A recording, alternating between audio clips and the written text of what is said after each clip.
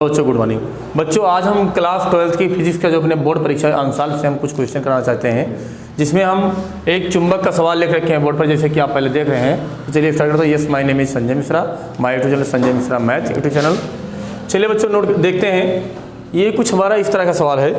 ये पहले आपको बता दूँ कि किस कैसे आधारित है। ये उस समय का सवाल है या उस टाइप का है जब किसी चुंबकीय क्षेत्र में कोई चालक रखा जाता है, कोई तार रखा हो, कोई वायर रखा हो और उसमें धारा प्रवाहित हो रही हो। यह तार की लंबाई L है और जो चुंबकीय क्षेत्र की दिशा है, चुंबकीय जो तीव्रता है वो B हो। और ये कह रहा है कि जो चुंबकीय क्षेत्र से तार रखा है ये क्षेत्र से 30 अंश पर रखा है। कितने कोण पर रखा है? 30 अंश पर रखा है। तो चलिए सवाल की ओर चलते हैं। देख लिखा है 60 सेंटीमीटर लंबे वैद्युत चालक में 3 एम्पीयर की धारा बह रही है। चालक को 1.5 न्यूटन प्रति एम्पीयर मीटर तीव्रता वाले चुंबकीय क्षेत्र में क्षेत्र की दिशा से 30 अंश कोण पर रखा गया है। चालक पर लगने वाले चुंबकीय बल का मान निकालना है। अब चालक पर लगने वाले चुंबकीय बल का मान निकालने के लिए सबसे पहले हम लिखेंगे गिवन दैट हमें दिया क्या क्या है। 60 सेंटीमीटर लंबे वैद्युत चालक, यानी चालक की लंबाई दे रखी है, यल का मान 60 सेंटीमीटर है।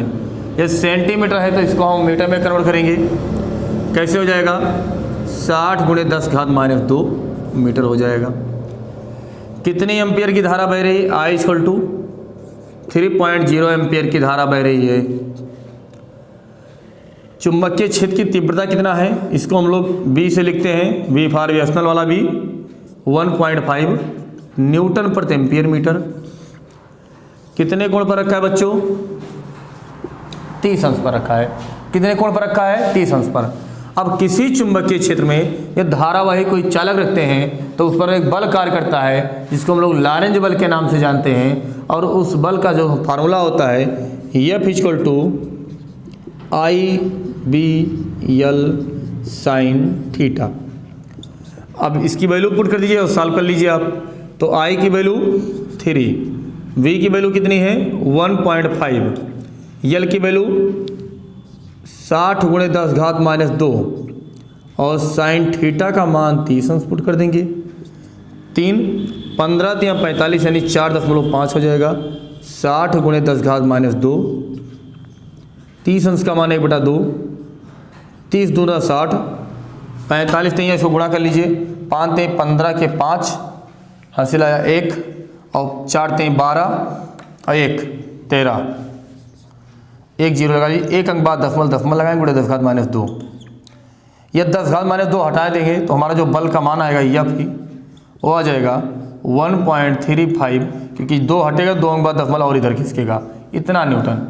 यानी जो लगने वाला बल होगा वो 1.35 का न्यूटन का बल होगा। बच्चे इसको ध्यान से लिए, 7 नंबर का बोर्ड परीक्षा में आया हुआ लास्ट सवाल है।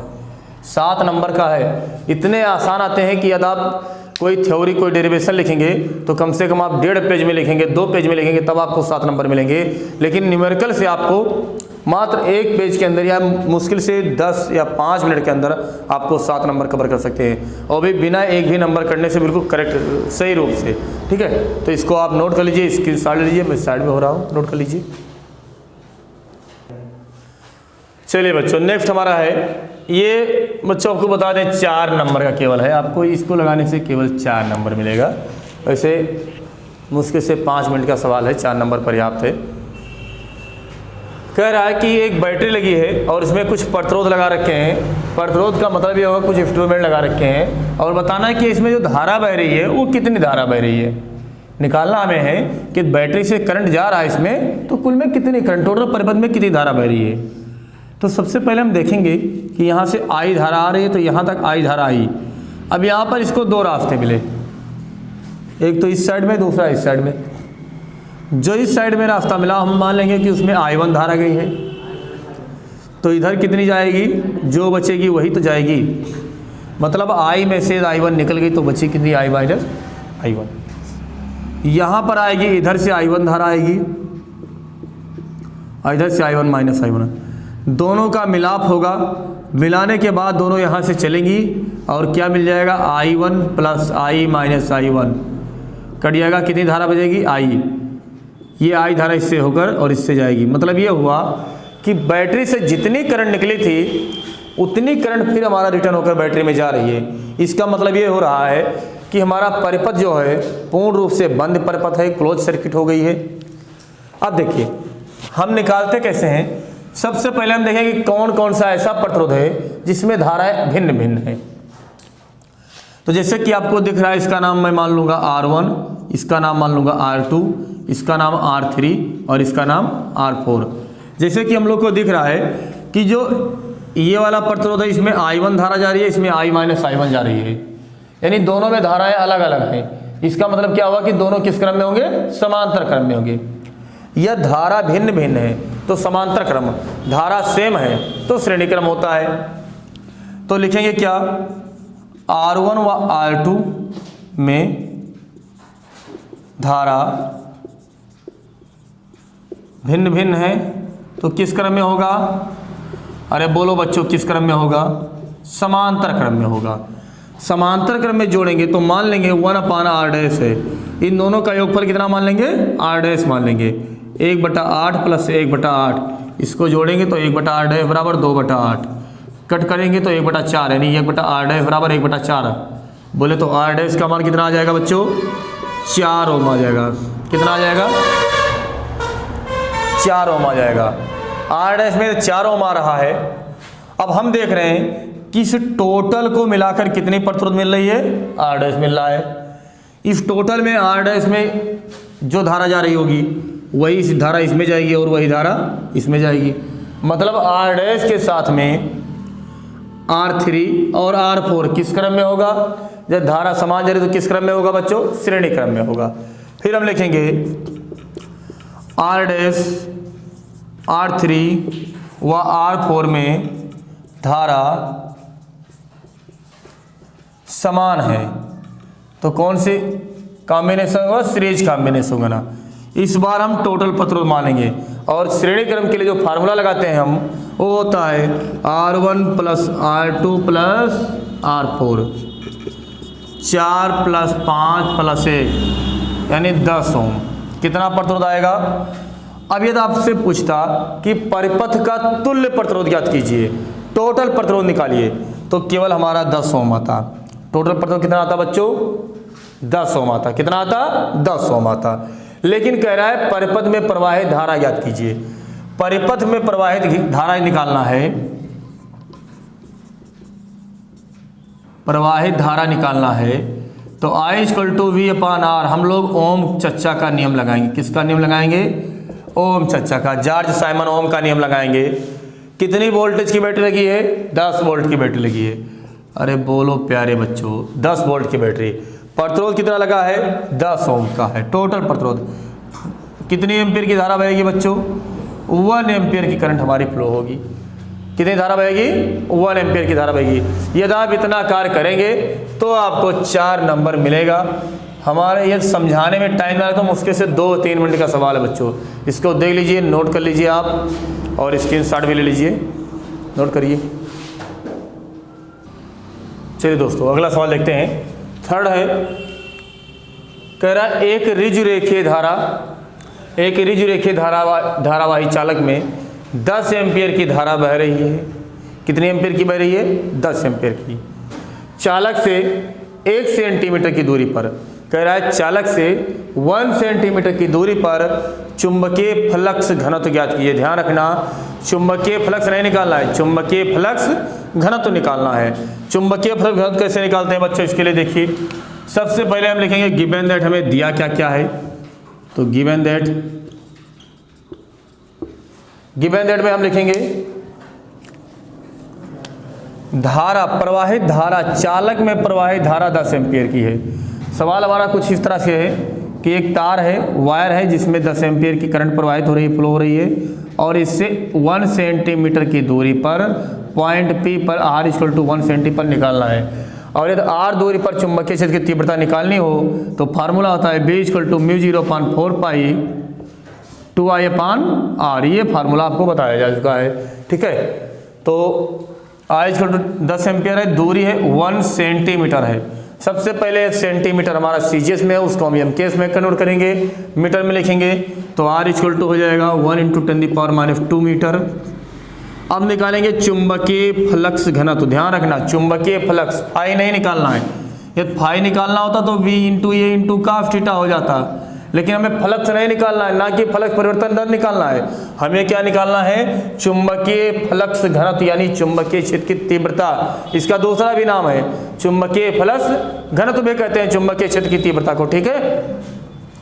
सूत्र क्या हो जाएगा, μ0/4 पाई 2I/r, μ0/4 पाई, μ0/4 पाई चुंबकीय क्षेत्र का एक कांस्टेंट होता है जिसकी वैल्यू कितनी होती है बच्चों, 10 के घात -7 होती है, और I का मान कितना है, 10 एम्पियर है, R का मान 1 × 10⁻², इसको ऊपर ले जाएंगे, 10 दूना 20 गुणे 10 के घात है, ये घट जाएगा, 7 में से 2 जाएगा, -5 बचेगा। इतना मात्रक क्या होगा बच्चों, टेस्ला। क्या होगा, टेस्ला। टेस्ला लिखें, न्यूटन प्रति एम्पियर मीटर लिखें, वेबर प्रति मीटर स्क्वायर लिखें, बात एक ही है, चाहे 10⁴ गॉस लिखें, ठीक है। चुंबकीय क्षेत्र की तीव्रता का कई मात्रक होता है, ये हमारा इस तरह के सवाल होगा, आप इसको देख लीजिए। ये सवाल आपका 4 नंबर का था बच्चों, कितने नंबर का था, 4 नंबर का सवाल था, ओके नोट कर लीजिए। चलिए बच्चों देखिए, जो हमारा नेक्स्ट सवाल है ये फिलहाल 7 नंबर का है, आपके अंसाल में 7 नंबर आया हुआ है बोर्ड परीक्षा में, ये अंसाल सेट से करवा रहा हूँ, फिजिक्स का है। इसमें इसे लैंग्वेज में लिख रखा है, लेकिन सवाल आपको हमने लिखने के टाइम वेस्ट होने की वजह से पहले लिख दिया है। लिखा है, सुना रहा हूँ आप लोगों को, सुन लीजिए। 2 ओम, 3 ओम तथा 5 ओम के प्रतिरोध को श्रेणी क्रम में जोड़ा गया है, ठीक। हमने इसको किस क्रम में जोड़ दिया, श्रेणी क्रम में जोड़ दिया। फिर कह रहा है यदि संयोग के दोनों सिरों पर 30 वोल्ट का विभवांतर दिया जाए, मतलब इस दोनों को पॉइंट को हम 30 वोल्ट के वोल्टेज पर जोड़ दे रहे हैं। फिर कह रहा है कि तो प्रत्येक प्रतिरोध के सिरों के बीच विभवांतर निकालना है, यानी हमें ये बताना है कि यहाँ पर वोल्टेज कितना होगा, इसको हम V1 के नाम से जानेंगे, इसको V2, इसको V3, यानी प्रत्येक सिरों के बीच का वोल्टेज निकालना है। बच्चों जैसे कि आप लोग देख रहे हैं कि श्रेणी क्रम में जुड़ा हुआ है, किस क्रम में जुड़ा हुआ है, श्रेणी क्रम में, और श्रेणी क्रम में जोड़ने से विभव का मान क्या होता है, अलग अलग होता है, धारा का मान समान होता है। तो चलिए देखते हैं बच्चों। सबसे पहले हम एक करंट यहाँ से निकालेंगे I, और वो करंट यहाँ होती हुई और ये बढ़िया टूर ट्रेवल करती हुई अपने घर पर आ जाएगी, मतलब हमारा जो सर्किट है वो हमारा बंद परपथ क्रॉस सर्किट हो गया, क्लियर। अच्छा, जो धारा इसमें जा रही है वही इसमें जा रही है, वही इसमें जा रही है, इससे क्या मालूम चल रहा है, इससे ये मालूम चल रहा है कि जो हमारी परिपथ है पूरा ये किस क्रम में जुड़ा है, श्रेणी क्रम में जुड़ा है। तो हम क्या लिखेंगे, इसको R1 के नाम से जानेंगे, इसको R2, इसको R3 लिखेंगे। R1, R2, R3 में धारा समान है, तो किस क्रम में होगा बच्चों, श्रेणी क्रम में होगा। किस क्रम में होगा, श्रेणी क्रम में होगा। यह श्रेणी क्रम में होगा तो तुल्य प्रतिरोध R मिल जाएगा हमें, R1 + R2 + R3, यानी 2, 3 + 5, 3 10, यानी 10 ओम। कितना आ जाएगा परिपथ में, तुल्य प्रतिरोध 10 ओम। लेकिन अभी तुल्य प्रतिरोध नहीं पहुंचा, 7 नंबर देना है, 7 नंबर। अब क्या निकालेंगे, परिपथ में पहले प्रवाहित धारा निकालिए। प्रवाहित धारा I बराबर V/R। V का मान कितना है, कितना वोल्टेज लगा है, 30 बटा 10 कर दीजिए, 3 एम्पियर की, यानी पूरी सर्किट में कितनी धारा बहेगी, 3 एम्पियर की। कितनी धारा बहेगी, 3 एम्पियर की। अब यह 3 एम्पियर की धारा बह रही है तो प्रत्येक सिरों के बीच हम क्या निकाल सकते हैं, वोल्टेज निकाल सकते हैं। कैसे वोल्टेज निकालेंगे, देखिए V1 निकालना है तो V1 बराबर क्या हो जाएगा, I × R1, तो I का मान 3 एम्पियर रहेगा, R1 कितना है, 2, 3 दूनी 6 वोल्ट आ जाएगा। यानी जो उसके बाद हम क्या निकालेंगे, V2 निकालेंगे। क्या निकालेंगे, V2 निकालेंगे। V2 क्या हो जाएगा, I × R2, 3 × 3, 3 × 3 = 9 वोल्ट आ जाएगा। फिर V3 निकालेंगे I इंटू R3, 3 गुणे 5 × 15 वोल्ट आ जाएगा बच्चों। यानी हम ये देख रहे हैं कि प्रत्येक सिरों के बीच 6 वोल्ट, 9 वोल्ट और 12 वोल्ट, सॉरी 5 × 15 हो जाएगा, गलती से लिख गया है, सॉरी यार, मिस्टेक तो हो ही जाता है। ये 15 वोल्ट हो जाएगा, ठीक है। यानी 2 ओम का जो प्रतिरोध है वो कितना वोल्टेज खाएगा, 6 वोल्ट का। 3 ओम का जो प्रतिरोध है वो 9 वोल्ट लेगा, और जो 5 ओम का प्रतिरोध है वो 15 वोल्ट लेगा। अब ये श्रेणी क्रम में जुड़े हुए हैं, आपको आंसर भी चेक करना है, तो क्या करेंगे, हम ये देख लें बच्चों कि ये तीनों जोड़ दें तो टोटल वोल्टेज आ रहा है या नहीं। तो 9, 6, 15, 15, 30, और हमने दिया कितना वोल्टेज था, 30, यानी ये 30 वोल्टेज 6, 9 और 15 में बट गया। ठीक है बच्चों, तो इसको नोट कर लीजिए, ये आपका 7 नंबर का सवाल था। मुश्किल से 5 मिनट के अंदर, 4 मिनट के अंदर आप 7 नंबर कवर कर सकते हैं। ओके बच्चों, बस आज का क्लास में इतना ही होगा। नेक्स्ट हम आगे ट्राई करेंगे, कोशिश करेंगे बनाने के लिए। Okay, good bye.